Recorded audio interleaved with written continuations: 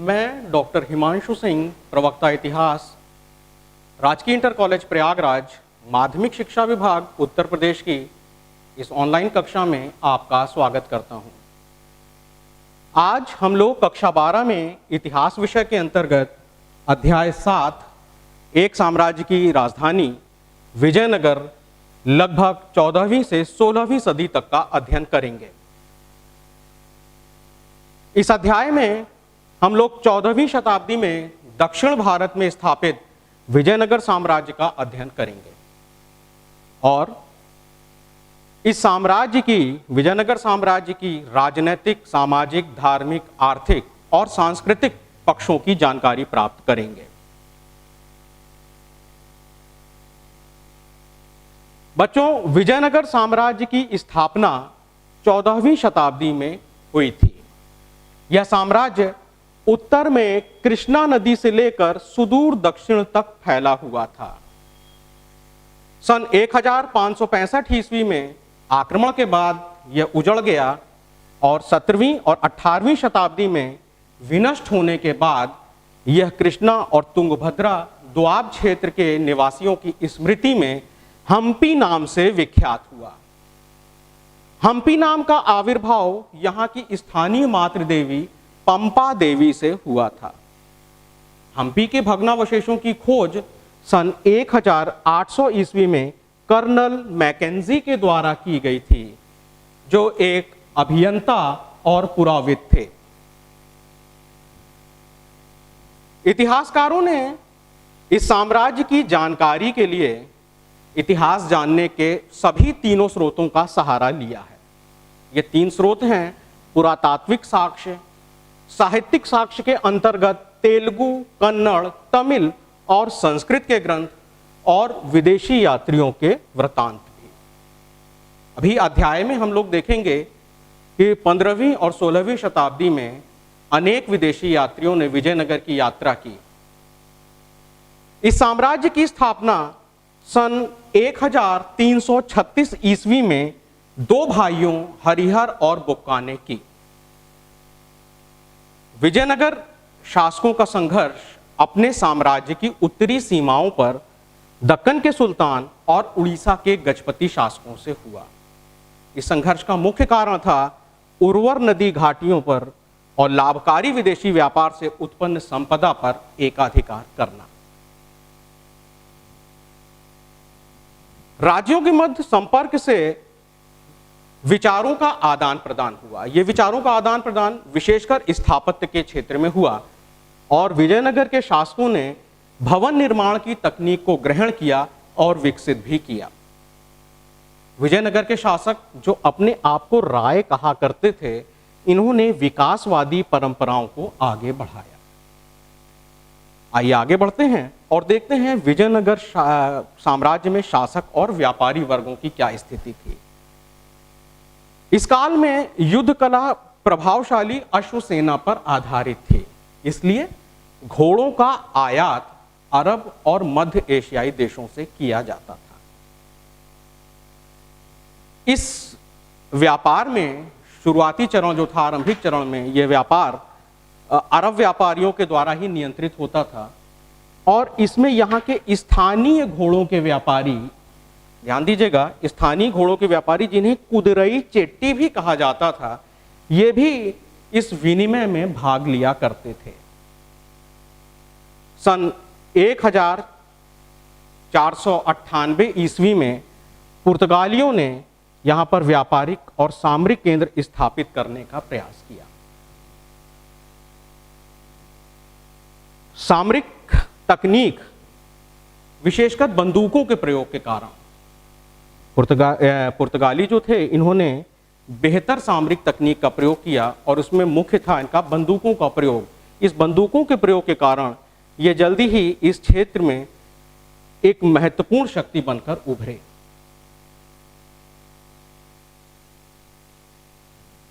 विजयनगर मसालों, वस्त्रों, रत्नों के बाजारों के लिए भी प्रसिद्ध था। व्यापार इस समय प्रतिष्ठा का मानक माना जाता था। विजयनगर के लोग महंगी विदेशी वस्तुओं की विशेष मांग किया करते थे, जिसमें रत्न और आभूषण मुख्य है। व्यापार से प्राप्त राजस्व जो था वो राज्य की समृद्धि में महत्वपूर्ण योगदान दिया करता था। आइए देखते हैं विजयनगर राज्य का चरमोत्कर्ष और पतन किस प्रकार हुआ। विजयनगर साम्राज्य में पहला राजवंश संगम वंश था, जो सन 1485 ईस्वी तक रहा।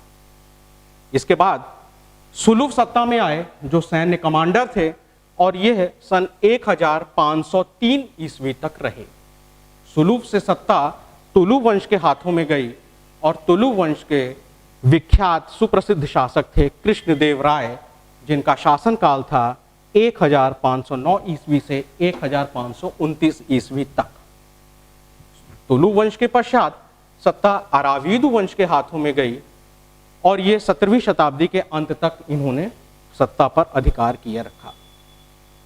आइए अध्ययन करते हैं कृष्णदेव राय के बारे में। कृष्णदेव राय के शासन की प्रमुख विशेषता थी विस्तार और सुदृढ़ीकरण। बच्चों, हम लोग जिस समय की बात कर रहे हैं मध्यकाल की, तो उस समय शासन की एक शासक की प्रमुख विशेषता होती थी, एक होना चाहिए राजा के पास, कि वो साम्राज्य का विस्तार करे और विस्तृत साम्राज्य पर एक सुदृढ़ प्रशासनिक व्यवस्था स्थापित करे। तो ये जो दो विशेषताएं थीं, विस्तार और सुदृढ़ीकरण, ये कृष्णदेव राय के शासन की विशेषता भी मानी जाती है। कृष्णदेव राय के शासनकाल में सन 1512 ईस्वी में तुंगभद्रा और कृष्णा नदियों के बीच, कृष्णा और तुंगभद्रा नदियों के बीच का क्षेत्र जो था वो रायचूर दोआब भी कहा जाता है। इस रायचूर दोआब पर भी अधिकार स्थापित किया गया।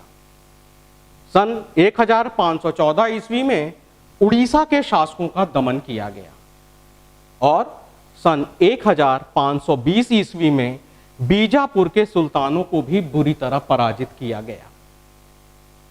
उसके कार्यकाल में अतुलनीय शांति और समृद्धि व्याप्त रही।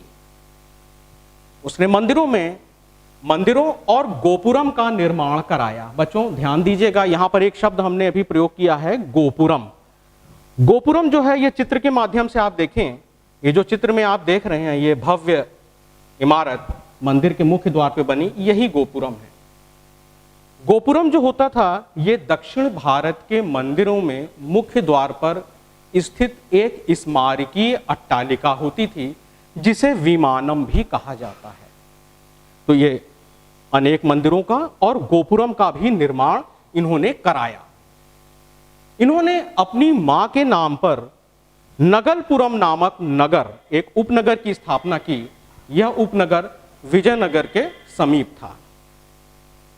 कृष्णदेव राय ने तेलुगु भाषा में अमुक्त मल्यध नामक एक ग्रंथ की भी रचना की। इस ग्रंथ में उन्होंने व्यापारियों का उल्लेख किया है। कृष्णदेव राय इस ग्रंथ में लिखते हैं कि राजा को बंदरगाहों को सुधारना चाहिए। देखिए, व्यापार के संबंध में जो कितनी अच्छी बात उन्होंने लिखी हैं। उन्होंने सबसे पहली बात ये लिखी कि एक राजा को अपने बंदरगाहों को सुधारना चाहिए, बंदरगाहों की स्थिति को अच्छी रखनी चाहिए, और वाणिज्य को बढ़ावा देने के लिए आभूषण, रत्न, चंदन, मोती और अन्य बहुत सारी वस्तुओं को खुले तौर पर आयात किया जाना चाहिए। ये बहुत महत्वपूर्ण बात थी जो उन्होंने यहाँ लिखी। इसके साथ ही साथ वो ये भी लिखते हैं कि यदि कोई नाविक किसी कारण से, जैसे कि तूफान आ जाने के कारण, थकान के कारण या बीमारी के कारण, अगर देश में, राज्य में उतरना चाहता है, तो उसकी भी देखभाल शासक को करनी चाहिए। बहुत ही महत्वपूर्ण बात वो व्यापारियों के संबंध में इस ग्रंथ में लिख रहे हैं। बच्चों देखिएगा ध्यान। और तीसरी एक महत्वपूर्ण बात वो यहां पर ये भी लिखते हैं कि राजा को हाथी और घोड़ों का आयात करने वाले अच्छे व्यापारियों का भी सम्मान करना चाहिए। तो बड़ी महत्वपूर्ण बातें हैं। इन बातों के माध्यम से वो ये भी लिखते हैं कि अगर एक राजा ये सारे काम करेंगे तो ये जो आवश्यक वस्तुएं हैं, जैसे कि घोड़े, हाथी और बहुमूल्य चीजें, ये आपके दुश्मनों तक नहीं पहुंच पाएंगी और व्यापारी जो हैं वो इनको राज्य को उपलब्ध कराया करेंगे। कृष्णदेव राय की मृत्यु के पश्चात राजकीय ढांचे में तनाव उत्पन्न होने लगा। सन 1529 ईस्वी में जब कृष्णदेव राय की मृत्यु होती है तो जो राजकीय ढांचा था वो तनावग्रस्त हो गया। अब इस समय में आप देखिए कि विजयनगर के शासक और दक्कन के सुल्तानों की जो सामरिक महत्वाकांक्षाओं को लेकर के जो राजनीतिक समीकरण बनते थे वो समय समय पर बदलते रहते थे। अब जो स्थिति उत्पन्न होती है उसमें दक्कन के सुल्तानों ने विजयनगर के विरुद्ध एक मैत्री संबंध स्थापित कर लिया। यह मैत्री संबंध जो है देखिए अब आगे युद्ध के रूप में दिखाई देगा। सन 1565 ईस्वी में राक्षसी तांगड़ी का युद्ध, जिसे तालिकोटा का युद्ध भी कहा जाता है, बहुत महत्वपूर्ण युद्ध है ये बच्चों। इस युद्ध में विजयनगर का यह युद्ध होता है। विजयनगर की सेना का नेतृत्व कर रहे थे प्रधानमंत्री राम राय, और इनके विरुद्ध जो विपरीत जो इनकी सेनाएं थी वो बीजापुर, अहमदनगर और गोलकुंडा की संयुक्त सेनाएं थी। इन संयुक्त सेनाओं के द्वारा विजयनगर की पराजय हो जाती है।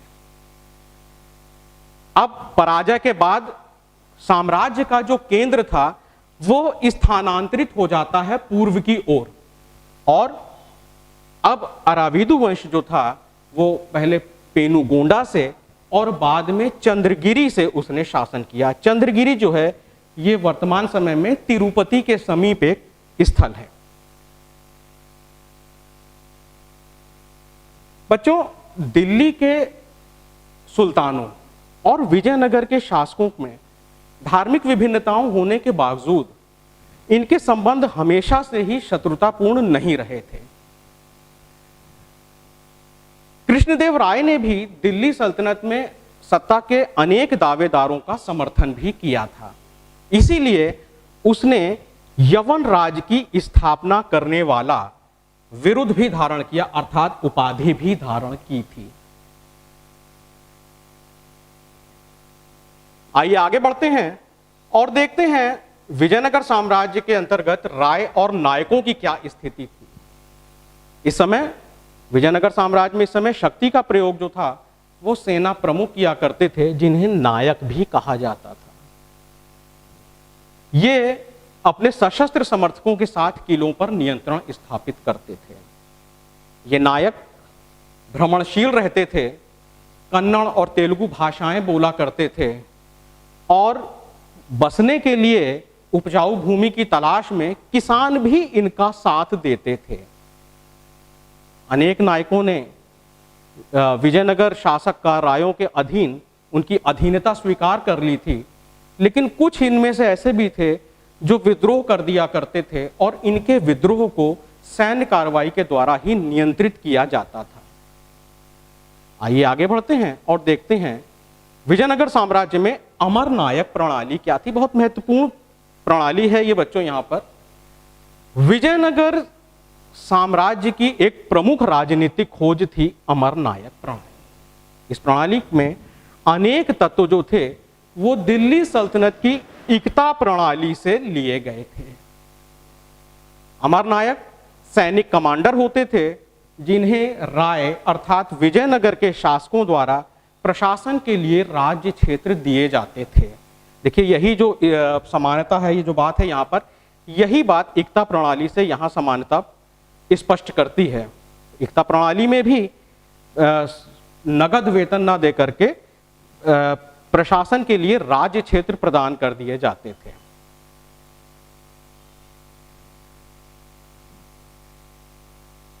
ये अमरनायक किसानों, शिल्पकर्मियों और व्यापारियों से भू राजस्व तथा अन्य कर वसूल करते थे। राजस्व का कुछ भाग ये व्यक्तिगत उपयोग के लिए घोड़ों और हाथियों के रखरखाव के लिए प्रयोग में लाते थे और राजस्व का कुछ भाग मंदिरों, सिंचाई के साधनों के रखरखाव के लिए ये प्रयोग में लाते थे। ये शासक को सैन्य शक्ति भी प्रदान करते थे। आवश्यकता पड़ने पर जब राजा को सेना की आवश्यकता पड़ती थी तो ये अपनी सेना राजा के पास भेज दिया करते थे और इनकी मदद से ही विजयनगर के शासकों ने दक्षिणी प्रायद्वीप पर अधिकार स्थापित किया था। अमरनायक वर्ष में एक बार राजा को भेंट भी दिया करते थे और अपनी स्वामी भक्ति प्रकट करने के लिए राजा के समक्ष स्वयं उपस्थित होकर उसे उपहार भी दिया करते थे। इन अमरनायकों पर अपना प्रभावी नियंत्रण स्थापित करने के लिए इनको स्थानांतरण भी किया जाता था, ताकि ऐसा ना हो कि इनके ऊपर प्रभावी नियंत्रण ना रहे, एक ही जगह रहेंगे तो ये इनके ऊपर नियंत्रण रखना आसान नहीं होगा, इसलिए इनको स्थानांतरण भी इनका किया जाता था। 17वीं शताब्दी में अनेक नायकों ने अपने स्वतंत्र राज्य भी स्थापित कर लिए थे। आइए अब आगे बढ़ते हैं और देखते हैं विजयनगर राजधानी और इसके परिप्रदेशों के बारे में। विजयनगर एक विशिष्ट भौतिक रूपरेखा, स्थापत्य शैली से अभिलक्षित शहर था। यहां पर अनेक विदेशी यात्रियों ने यात्रा की, यहां पर घूमा और उन्होंने देखा इसके बारे में। इन विदेशी यात्रियों को दो भागों में बांट के अध्ययन करते हैं। पहला है 15वीं शताब्दी में विजयनगर की यात्रा करने वाले और दूसरे विदेशी यात्री हैं 16वीं शताब्दी में यात्रा करने वाले। 15वीं शताब्दी में विजयनगर की यात्रा करने वाले विदेशी यात्रियों में प्रमुख हैं निकोलो दे कॉन्ती, ये इतालवी व्यापारी थे, इटली के थे। दूसरे थे अब्दुल रज़ाक, ये फारस के राजा का दूत था। और तीसरे थे निकितिन, जो रूस का एक व्यापारी था। ये तीन जो थे ये 15वीं शताब्दी में विजयनगर आए थे और 16वीं शताब्दी में विजयनगर की यात्रा करने वाले प्रमुख यात्री थे दुआर्ते बरबोसा, डोमिंगो पेस और फर्नांडो नूनेस। ये तीनों जो थे ये पुर्तगाली यात्री थे। डोमिंगो पेस ने विजयनगर शहर की सुंदरता का बहुत अच्छा वर्णन किया है। डोमिंगो पेस लिखता है कि जब मैंने पहाड़ पर चढ़कर शहर को देखा तो ये शहर रोम जितना ही विशाल और सुंदर दिखाई दिया। यहाँ पर अनेक उपवन हैं, आवासों में बगीचे हैं, इन बगीचों में नालियों के माध्यम से जल पहुँचाया जाता है, सिंचाई के लिए पानी पहुँचाया जाता है। इसके अलावा बहुत सारी झीलें हैं और इसके अलावा उसने लिखा है कि बगीचों के साथ साथ खजूर के वृक्षों का एक बगीचे का उल्लेख भी करता है और वो ये बताता है कि ये खजूर के वृक्ष का बगीचा जो था राजा के महल के समीप था और इसी बगीचे में फलों के और बहुत सारे वृक्ष भी लगे हुए थे। तो ये शहर की सुंदरता के बारे में बहुत ही अच्छा वर्णन डोमिंगो पेस यहाँ पर उपलब्ध कराता है। आइए आगे बढ़ते हैं और देखते हैं विजयनगर साम्राज्य की जल संपदा किस प्रकार की थी। विजयनगर साम्राज्य में तुंगभद्रा नदी पर प्राकृतिक कुंड का निर्माण हुआ था। तुंगभद्रा नदी उत्तर पूर्व दिशा में बहती है। इसके समीप ग्रेनाइट की पहाड़ियां हैं। इसमें अनेक जलधाराएं हैं जो नदी में आकर मिलती हैं। इन जलधाराओं पर बांध बनाए गए थे। ये बांध के माध्यम से हौज, पानी के लिए हौज बनाए गए थे जिसमें जल संरक्षित किया जाता था। बच्चों, उस समय ये यहाँ के सबसे शुष्क क्षेत्रों में से था, तो इसलिए यहाँ की एक महत्वपूर्ण विशेषता थी जल संचयन। शुष्क क्षेत्रों में जल को सिंचित करने के लिए भी प्रयास किए जाते हैं और इस सिंचित जल को राजकीय केंद्रों तक पहुंचाने की व्यवस्था भी यहाँ पर की गई थी। 15वीं शताब्दी में जल संचयन के लिए एक सबसे बड़ा एक जो कुंड प्राप्त होता है, एक जो जलाशय प्राप्त होता है, वो था कमलपुरम जलाशय। कमलपुरम जलाशय का प्रयोग, इसके जल का प्रयोग न केवल खेतों को सिंचित करने में किया जाता था, बल्कि इसके जल का प्रयोग राजकीय केंद्रों तक भी पहुंचाया जाता था। राजकीय केंद्रों में भी इसके जल का प्रयोग किया जाता था। इसके अतिरिक्त महत्वपूर्ण जल संरचनाओं में से एक है हिरिया। इसके भग्नावशेष भी प्राप्त हुए हैं। हिरिया जो थी ये एक ऐसा जल संरचना थी कि इस पे तुंगभद्रा पर बने बांध से पानी लाया जाता था इसके द्वारा, और इससे धार्मिक केंद्र से शहरी केंद्र को अलग करने वाली घाटी को सिंचित करने में भी इस जल का प्रयोग किया जाता था। कृष्णदेव राय ने के द्वारा बनवाए गए अनेक जलाशयों का उल्लेख भी डोमिंगो पेस करता है।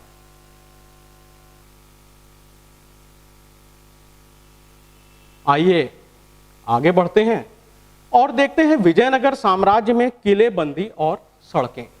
बच्चों, किलेबंदी से आशय है साम्राज्य को, नगर को घेरना, सुरक्षित करना, बाह्य आक्रमण से उनको घेर कर, दीवारों के माध्यम से घेर करके सुरक्षित करना, यही यहां किलेबंदी से आशय है। और इसमें हम लोग ये भी देखेंगे कि विजयनगर साम्राज्य में सड़कें किस प्रकार की थी। फारस के शासक का दूत अब्दुल रज़ाक ने कालीकट, जिसे वर्तमान समय में कोझिकोड भी कहते हैं, वहां पर किलेबंदी में दुर्गों की 7 पंक्तियों का उल्लेख किया है। वो बताता है कि यहाँ जो किलेबंदी थी वो उसमें 7 चरणें थी, 7 पंक्तियां थी किलेबंदी की, 7 स्तर पे उसकी किलेबंदी की गई थी। इससे ये पता चलता है कि ये बहुत ही सुरक्षित रूप से बसाया गया था। ये किलेबंदी शहरों के साथ साथ कृषि में प्रयुक्त क्षेत्र और जंगलों को भी इसमें से घेर करके की गई थी। अर्थात ये देखिएगा कि केवल शहरों को ही नहीं घेरा गया था। एक बहुत ही महत्वपूर्ण विशेषता यहाँ पर यह भी है कि इस किलेबंदी के द्वारा जो सुरक्षा प्रदान की गई थी वो केवल शहरों को ही नहीं की गई थी, बल्कि खेतों को भी की गई थी, कृषि में प्रयुक्त क्षेत्रों को भी की गई थी, बगीचों को भी की गई थी, और साथ ही साथ जंगलों को भी सुरक्षित बनाया गया था। सबसे बाहरी दीवार शहर के चारों ओर बनी पहाड़ियों को जोड़ती थी। सबसे बाहरी दीवार के बारे में जो बात किया अभी की ग्रेनाइट की पहाड़ियों से घिरा हुआ था, तो ये इसको जोड़ती थी सबसे बाहरी दीवार। इसमें सबसे महत्वपूर्ण तथ्य यह है कि इसमें खेतों को भी घेरा गया था, खेतों को भी बाह्य आक्रमण से सुरक्षित किया गया था। अब्दुल रज़ाक और डोमिंगो पेस दोनों ने ही खेतों की किलेबंदी का उल्लेख किया है। अब्दुल रज़ाक लिखता है कि पहली, दूसरी और तीसरी दीवारों के बीच जुते हुए खेत, बगीचे और आवासों के साक्ष्य प्राप्त हुए हैं। वहीं डोमिंगो पेस लिखता है कि शहर में पहली परिधि में घुसने से लेकर शहर के अंदर जाने तक का जो बीच का स्थान था, उसमें यहाँ के लोग धान की खेती किया करते थे और इसको सींचने के लिए नहर के माध्यम से यहाँ पर जल भी लाया जाता था। तो इस तरीके से अब्दुल रज़ाक और डोमिंगो पेस दोनों ने ही खेतों की किलेबंदी का उल्लेख किया है। वर्तमान समय के पुरातत्वविद भी इन दोनों के कथनों की पुष्टि करते हैं। वर्तमान पुरातत्वविदों ने यह स्पष्ट किया है कि धार्मिक केंद्र और नगरीय केंद्र के मध्य कृषि क्षेत्र के साक्ष्य प्राप्त हुए हैं और इनकी सिंचाई के लिए तुंगभद्रा नदी से नहर के माध्यम से जल भी लाया जाता था। ये पहली किलेबंदी की बात हुई। दूसरी किलेबंदी की बात है कि नगरीय केंद्र के आंतरिक भागों को घेरने के लिए दूसरी किलेबंदी की गई थी। तीसरी किलेबंदी में शासकीय केंद्रों को घेरा गया था।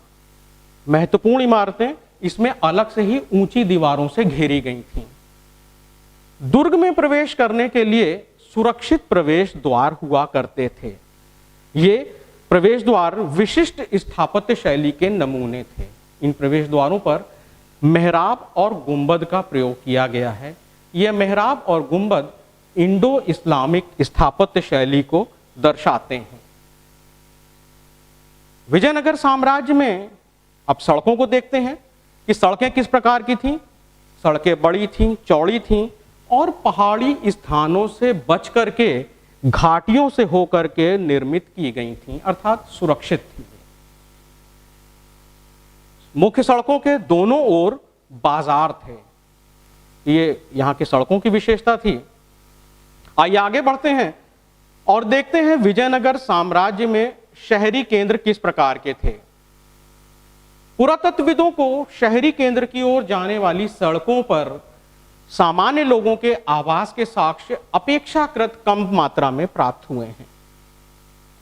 साथ ही पुरातत्वविदों को शहरी केंद्र के उत्तरी पूर्वी कोने पर परिष्कृत चीनी मिट्टी भी प्राप्त हुई है, जो संभवतः अमीर व्यापारी वर्ग के निवास के लिए यहां पर यह प्रदर्शित करती है। पुर्तगाली यात्री बरबोसा सामान्य लोगों के आवासों का वर्णन करता है। बरबोसा लिखता है कि ये सामान्य लोगों के आवास छप्पर युक्त होते थे, लेकिन सुदृढ़ होते थे। विजयनगर साम्राज्य में, विजयनगर में पूजा स्थल में देखेंगे तो पूजा स्थल में मंदिर भी प्राप्त हुए हैं, और पानी का स्रोत जो था वो पानी के स्रोत में ये कुएं के जल, बरसात के पानी वाले जलाशय और मंदिरों में स्थापित जलाशयों को ये पानी के मुख्य स्रोत के रूप में प्रयोग में लाते थे। बच्चों, आज की कक्षा में इतना ही। आज हम लोगों ने अध्ययन किया है विजयनगर साम्राज्य की उत्पत्ति के बारे में, विजयनगर में शासक वर्ग के बारे में, व्यापारी वर्ग के बारे में, यहाँ की राजनीतिक स्थिति के बारे में, विभिन्न राजवंशों के बारे में, कृष्णदेवराय के बारे में, और विजयनगर साम्राज्य की जल संपदा के बारे में, यहाँ के शहरी केंद्र के बारे में, यहाँ की किलेबंदी और सड़कों के बारे में आज हम लोगों ने अध्ययन किया है। आज आपको अभ्यास के लिए एक प्रश्न दिया जा रहा है। प्रश्न है, विजयनगर की जल आवश्यकताओं को किस प्रकार पूरा किया जाता था? इस प्रश्न को आप अपनी पाठ्यपुस्तक की सहायता से उसको अध्ययन करने के उपरांत लिखें। आज की कक्षा में इतना ही, शेष अगली कक्षा में। धन्यवाद।